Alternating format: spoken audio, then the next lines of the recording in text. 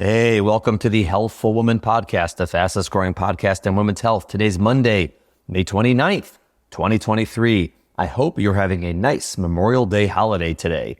Last week and this week, we're talking about thyroid in pregnancy. Last week, Dr. Sherry Gelber and I talked about hypothyroid, when your thyroid function is too slow. And today, Dr. Samantha Do joins me to talk about hyperthyroid and Graves' disease, or when your thyroid function is too fast. Thyroid conditions are very common, and they're also common in pregnancy. So hopefully these two podcasts will be useful to sort it all out. A few reminders. First, for all of you listening on Apple or Spotify, I would really appreciate it if you could rate this podcast, preferably with 5 stars.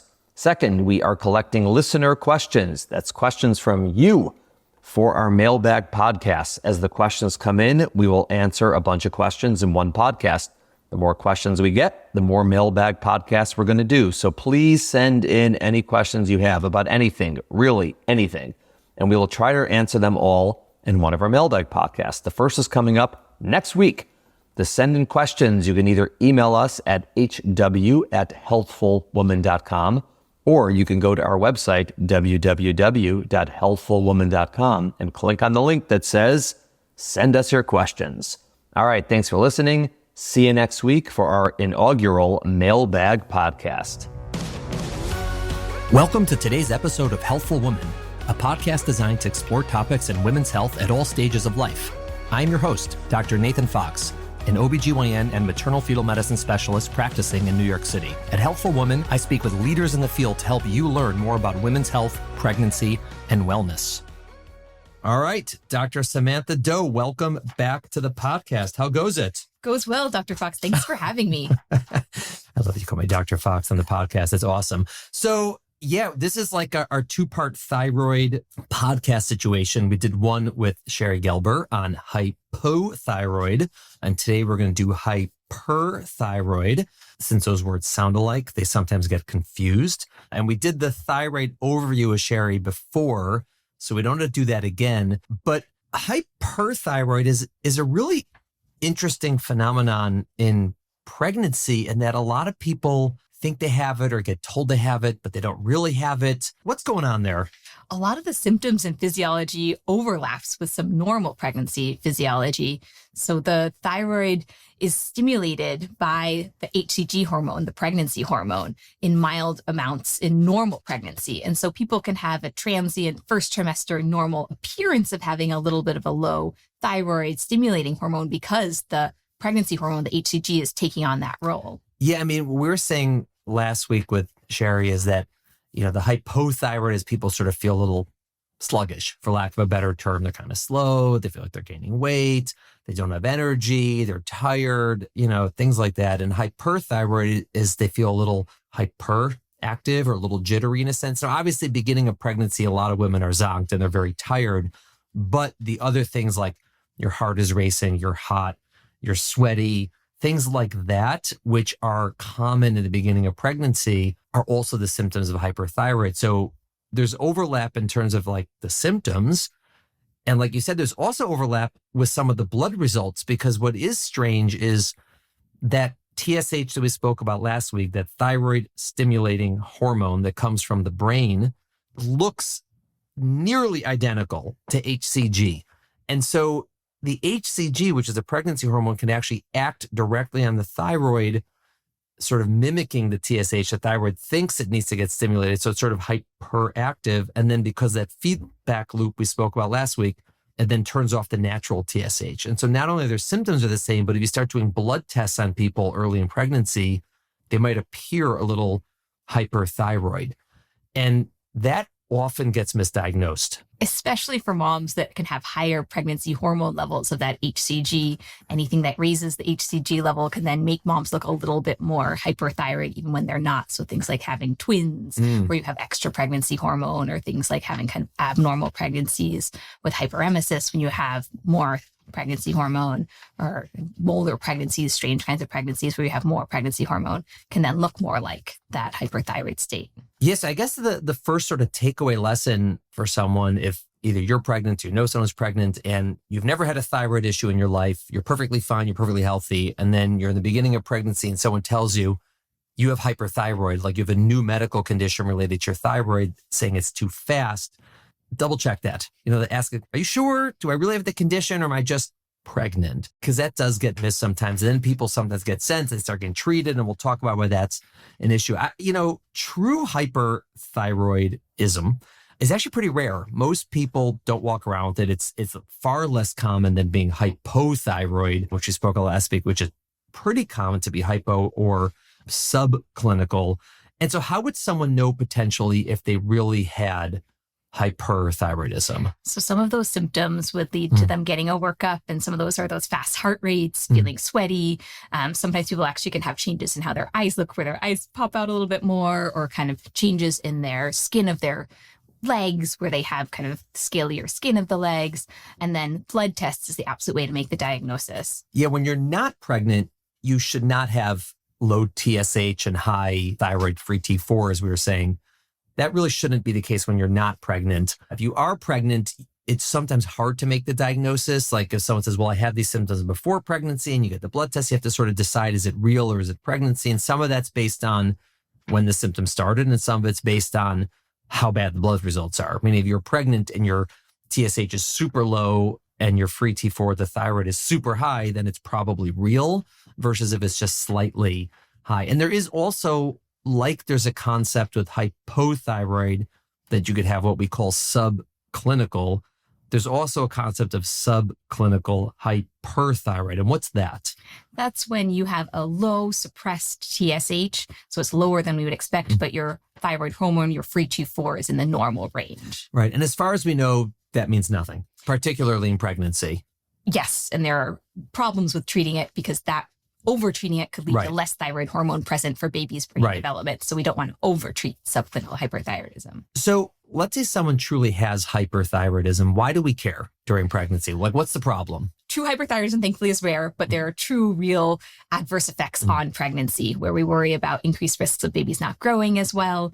We worry about increased risks of pregnancy loss, miscarriage. We worry about preterm delivery. And then we worry in rare cases of baby actually becoming hyper or hypothyroidism. Yeah. So hyperthyroid is one of the, like when we're learning, we're studying for OBGYN or for maternal fetal medicine, it's one of the really fascinating conditions because it not only can affect the mother, which can then affect the pregnancy, things, like preterm birth or preeclampsia or, miscarriage, but it also is a condition that can directly affect the baby, which is very unusual, meaning most medical conditions that the mother has, the only way it affects the baby is sort of secondary. Like if the mom has high blood pressure, right? It can affect the pregnancy, it can affect the placenta, lead to abruption, whatever, growth restriction because the placenta is not working. But there's nothing about like the high blood pressure directly damaging the baby or causing high blood pressure in the baby. It just doesn't exist. That's true for pretty much everything. But for this, there is a situation where it can affect the baby directly. So how does that happen? Like, what are we talking about here? 90% of hyperthyroidism is caused by something called Graves' disease. And with Graves' disease, there are actually antibodies that attack mom's thyroid. And those antibodies can also cross the placenta and cause problems for baby's thyroid. And so those antibodies can make baby hyperthyroid. And then sometimes the treatments for mom can make baby hypothyroid. Yeah, that is one of the really odd parts about this, where when we're seeing someone and they're hyperthyroid, it actually matters not only that they're hyperthyroid, but why are they hyperthyroid? And like you said, the majority of times people are hyperthyroid, it's an autoimmune condition where these antibodies attack the thyroid, but they attack it in a way, not that it destroys it, but attack it in a way that it stimulates it. We actually call them thyroid stimulating antibodies or immunoglobulins. And so they sort of cause your thyroid to go into like stepping on the gas, right? And they just go into full gear. And so that causes the hyperthyroid. Eventually, your thyroid can sort of burn out, like people with Graves' disease can have hyperthyroid and then later become hypothyroid, which is another fascinating thing. But initially, it's fast. But those antibodies can also, totally separate from the fact that it's stimulating the mom's thyroid, can go and stimulate the baby's thyroid because those antibodies can cross, like you said, the placenta and go to the baby and make the baby hyperthyroid. So how will we know if this unborn baby, this fetus, is hyperthyroid? We can see signs when we're monitoring baby on ultrasound and based on heart rate. One of the first things we can see that's not easy always to detect, but is an enlargement of baby's thyroid gland. So on ultrasound, we can see either a goiter or a larger size of baby's thyroid, and that can predate seeing what is another change we can see of baby having a fast heart rate. Like moms with hyperthyroidism have fast heart rates, babies can have a faster than normal for baby's heart rate. Right. And again, that is from the antibodies. It's not from the thyroid itself, meaning if, let's say, someone was hypothyroid and they were taking the thyroid replacement, frequently called Synthroid, even though there's other brands. But if you're taking that and you took a lot of it, the mom would be hyperthyroid because she took too much medication, but nothing would really happen to the baby because that doesn't affect the baby. And also what's interesting is, let's say mom has Graves' disease and has all these antibodies, but either her thyroid is burnt out and it's not fast anymore, or she had surgery to remove her thyroid and so the thyroid's not there. So the mom can not have hyperthyroid, but since the antibodies are still present, the baby could be hyperthyroid. And so this is one of those things where we have to sit down and think, we got to look at her thyroid situation, her antibodies and the baby. And it really is one of the situations where we're like literally treating two patients and sometimes in opposite directions. And why it's important to know why moms are hypothyroid, because sometimes moms who've been treated for Graves' disease end up hypothyroid, but still have those antibodies that can cause problems.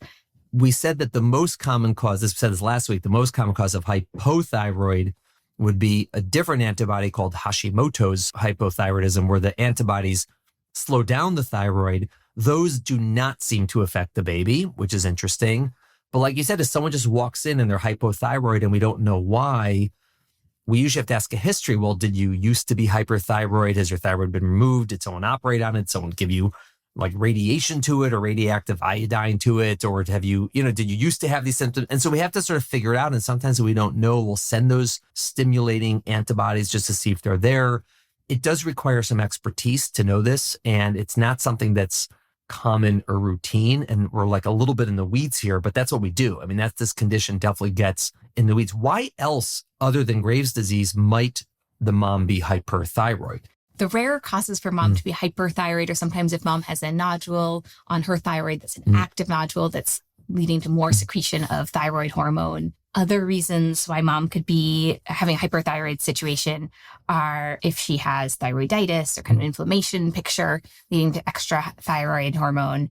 And then some reasons that we already touched on that aren't really hyperthyroidism, but mimic it are just pregnancy with the elevated HCG, pregnancy exacerbation conditions like hyperemesis or molar pregnancies. Yeah, and it's interesting when you said earlier the symptoms of hyperthyroid, one of them you talked about, which is these classic features of someone's eyes. Like normally someone opens their eyes and you look at them and you see the whites of their eyes. You only see the whites of their eyes sort of from like 2 o'clock to 10 o'clock, right? If you look closely at someone's eyes between 10 o'clock and 2 o'clock, you really don't see the whites. You just see the color parts of their eyes. And that's pretty typical. But there's a classic thing when people have Graves' disease that those antibodies that attack the thyroid also attack behind the eyes and sort of push your eyes out. And so if someone opens their eyes and you see white all the way around their eyes, it might be a sign, not always, some people just have that, but it might be a sign that they have these antibodies, but it's not from the thyroid. It's not from being hyperthyroid. It's from actually those antibodies. So that is sort of specific to what we said, Graves' disease, but that is the most common cause of it. So let's say someone comes into pregnancy, and I'm going to give you 2 scenarios. The first scenario is they come in and they have some of the symptoms, and maybe they've been misdiagnosed as hyperthyroid when in fact it's just a pregnancy thing. Or we say, you know what, you're pregnant and you have a little bit of the hyperthyroid symptoms, your TSH is a little low, whatever it is. What would you do for her, right? You don't believe she has Graves' disease. You don't believe she has true hyperthyroidism. She just has some of the symptoms and some of the maybe blood test abnormalities, but you're pretty confident it's pregnancy. How would you handle that situation? I would reassure her that she's not at increased risk of the things we talked about, like baby becoming hyperthyroid, or some of the complications like preterm birth or growth restriction. And then I'd recheck her thyroid studies in the second trimester to see that they were improved or different, because we'd expect kind of with the profile of HCG peaking at 8 to 12 weeks and then going down, that some of that stimulating effect on the thyroid would be less and certainly wouldn't get worse. And I wouldn't give her antithyroid medications. Right. And so frequently, like if we see them ourselves for pregnancy, we usually just first of all, we probably don't even check the thyroid and then we just let them be. But it's one of the easier consultations we get. Someone coming to us for hyperthyroid in the first trimester, and we quickly determine they don't have it. We say, all you need to do is a blood test in a month. And they're like, that's it? We're like, that's it. Go home. You're good. So that's an easy one. All right. Now let's say someone comes in and they have Graves' disease. They have real hyperthyroidism. They had it before pregnancy, or you conclude that they had it before pregnancy. How would you handle that situation? I'd want to treat them in pregnancy to decrease some of the adverse effects of Graves' disease in pregnancy, but not over-treat them to take away thyroid hormone from baby. So we usually in the first trimester give them a medicine called PTU that acts to block synthesis and release of thyroid hormone from the thyroid. And that can have some rare complications for moms and a slight increased risk of birth defects, but we think it's a better medication than the other medication in the first trimester, which has more risk of birth defects, with there's methimazole. Yeah, I mean, these medications, overall, they tend to be pretty safe, and the P2 might be slightly safer. But explain to me what you're saying, that you are going to treat them, but you're concerned about potentially the effects on the baby's thyroid. So let's break that down. What about the medication could affect the baby? So the medications both do cross the placenta. And so they can have some really rare risks of birth defects, but that's only in the first trimester. Mm-hmm. The thing that it also could affect the baby is it could make baby hypothyroid or lead to a congenital hypothyroidism, because baby doesn't have as much synthesis or development of thyroid hormone, which can then have effects on baby's development. Baby needs thyroid hormone for kind of normal development, and making them hypothyroid and would have adverse effects for them. Right. So it's interesting because, again, if you have a situation where mom is hyperthyroid and baby is not, baby is what we call euthyroid, sort of normal, and you give the mom the medication to fix her thyroid, to lower it, that'll work. But at the same time, you're going to lower the baby's thyroid potentially into the hypothyroid state, and you can't really treat that. So we know this. And so it's always a concern when someone's hyperthyroid and we start treating them. Are we going to be, in our effort to help the mother, which is good because we don't want her to have the preeclampsia and, growth restriction and preterm birth, but are we now directly sort of affecting the baby? And so it's a really interesting thing that we basically give them like as little as humanly possible. And our goal is not to sort of get that lab result smack in the middle of the range, which is sort of like what you would expect. We want to keep it like at the very edge of normal and even slightly abnormal, just enough that we think it's going to keep her from having bad symptoms and keep her safe and maybe affect in a good way the risks of the pregnancy, but just, give as little as possible because we don't want to affect the fetus. And it's interesting because it's sort of the exact opposite of what we do with hypothyroid, where we're saying last week, yeah, treat, it's not a big deal. What's a big deal if you get a little bit of thyroid? You don't need it. Give them a little more. Like it's probably not an issue. But for this, it's the exact opposite. We're very cautious to give like the minimal dose necessary, which is exactly why, like you said, if someone doesn't need it at all, we don't give it. Like we really hold back on this. It's not something that you want to take if it's borderline. You want to actually wait if it's borderline. And that's a balancing act. It's definitely a balancing act where we sort of ignore the TSH value, the thyroid-stimulating hormone. We expect it and we actually want it to be still too low, right? Just to maintain their thyroid hormone level at the upper end, like you were saying, of normal, or even a little bit above. So there's enough thyroid hormone crossing the placenta to help baby. Right. Now, let's say someone is listening to this podcast and they're like, wait a second, I got hyperthyroid and I didn't know that this medication's not so good for the baby. I don't want to take it at all. Like, I don't give it to me. I don't mind having my heart race. I don't mind sweating. I don't mind my blood pressure going up. I'll even deal with a little bit of preterm birth, whatever it is. I don't want to, affect my baby at all. Why would we prescribe it? Why would we still say, and I know you're going to say it's a good idea.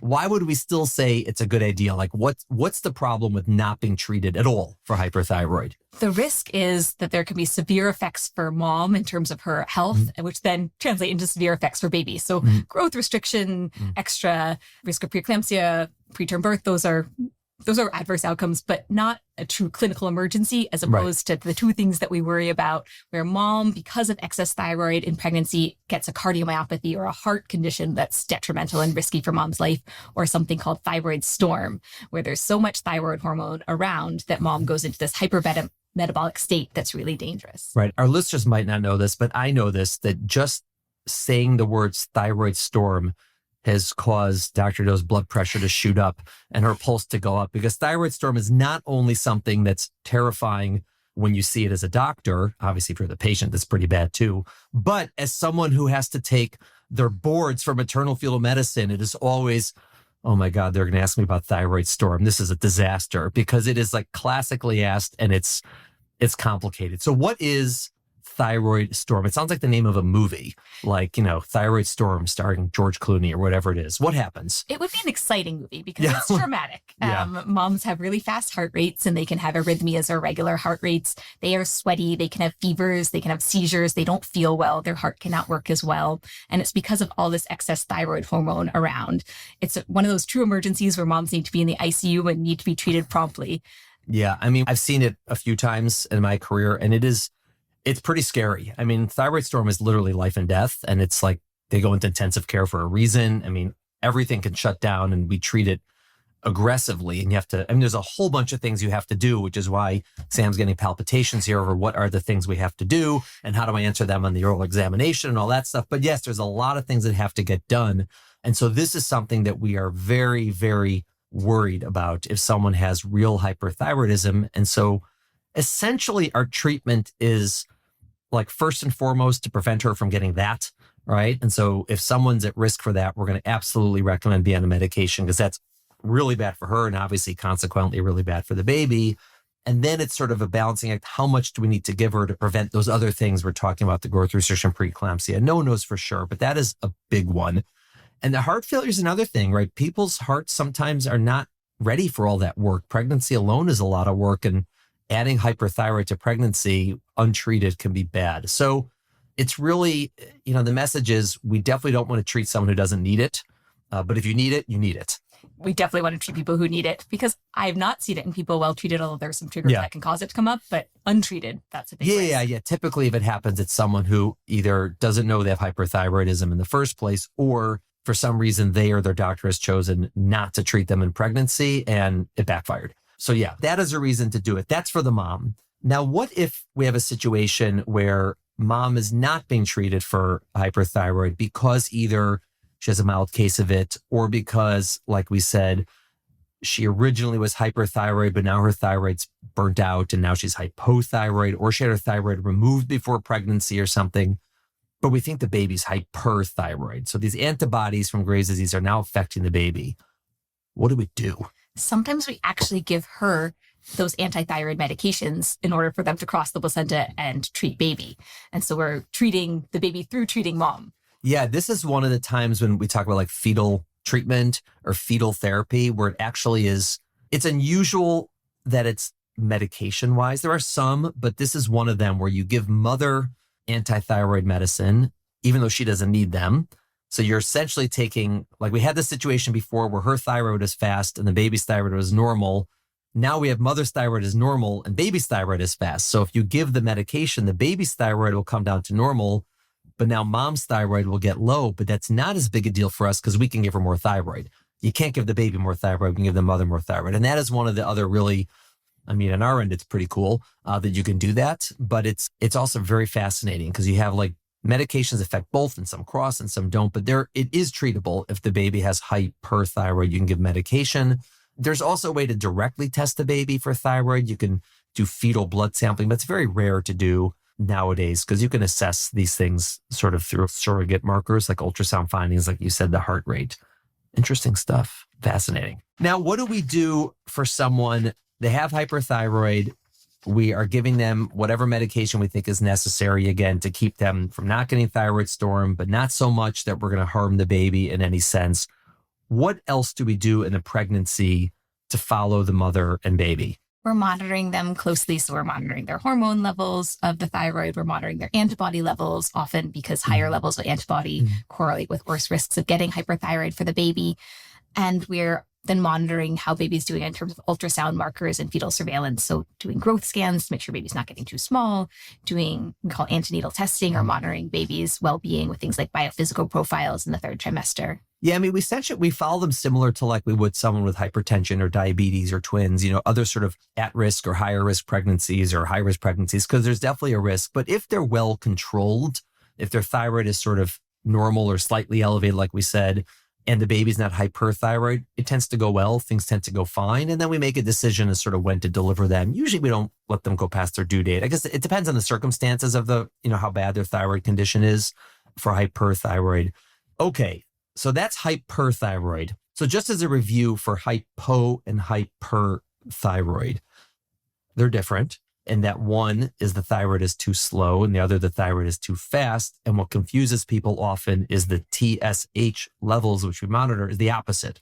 If your thyroid is too slow, your TSH is high. And if your thyroid is too fast, your TSH is low. So that's confusion level number one. Confusion level number two is that they sound alike.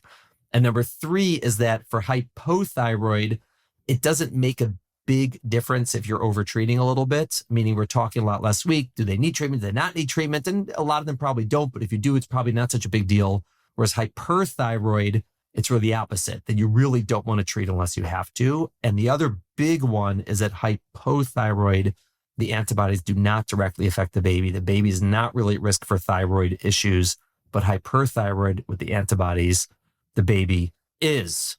Sam, did I miss anything? You're the expert now. You covered it. You've got it, baby. Awesome. All right. Thanks for listening, everyone. Hyperthyroid. We covered it. Thank you, Samantha, for coming in and rocking it with hyperthyroid. Great topic. Thank you for listening to the Healthful Woman podcast. To learn more about our podcast, please visit our website at www.healthfulwoman.com. That's HEALTHFULWOMAN.com. If you have any questions about this podcast or any other topic you would like us to address, please feel free to email us at hw@healthfulwoman.com. Have a great day. The information discussed in Healthful Woman is intended for educational uses only and does not replace medical care from your physician. Healthful Woman is meant to expand your knowledge of women's health and does not replace ongoing care from your regular physician or gynecologist. We encourage you to speak with your doctor about specific diagnoses and treatment options for an effective treatment plan.